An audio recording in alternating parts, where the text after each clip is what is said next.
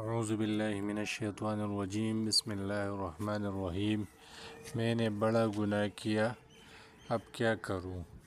حضرت ابن عمر رضی اللہ تعالیٰ عنہ سے روایت ہے کہ ایک آدمی نبی کریم صلی اللہ علیہ وآلہ وسلم کی خدمت میں حاضر ہوا تو اس نے عرض کیا، اللہ کے رسول، میں نے ایک بہت بڑے گناہ کا ارتکاب کیا ہے، تو کیا میرے لیے توبہ کی گنجائش ہے؟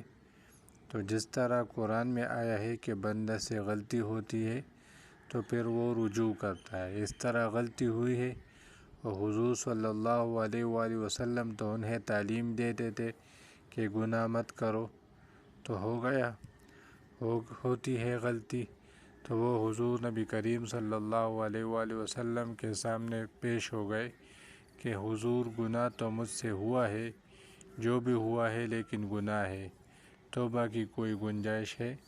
تو آپ صلی اللہ علیہ وآلہ وسلم نے فرمایا، کیا تمہاری والدہ ہے؟ اس نے عرض کیا، نہیں۔ تو آپ صلی اللہ علیہ وآلہ وسلم نے فرمایا، کیا تمہاری خالہ ہے؟ اس نے عرض کیا، جی ہاں۔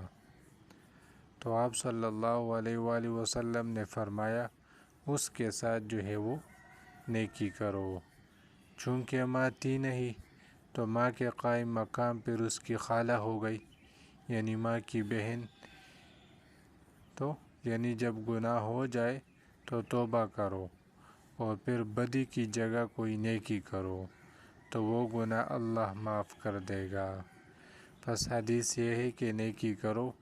اگر گناہ کیے ہیں، گناہ انسان سے ہوتے ہیں، بہرحال ہوتے ہیں، تو توبہ کرے اور اس کے بدلے کوئی نیکی کرے، اللہ اس کو معاف کر دے گا۔ بابا بھی جاری ہے۔ اللہ کریم ہم سب کو قرآن و حدیث پر عمل کرنے کی توفیق عطا فرمائے۔ وآخر دعوانا ان الحمد للہ رب العالمین۔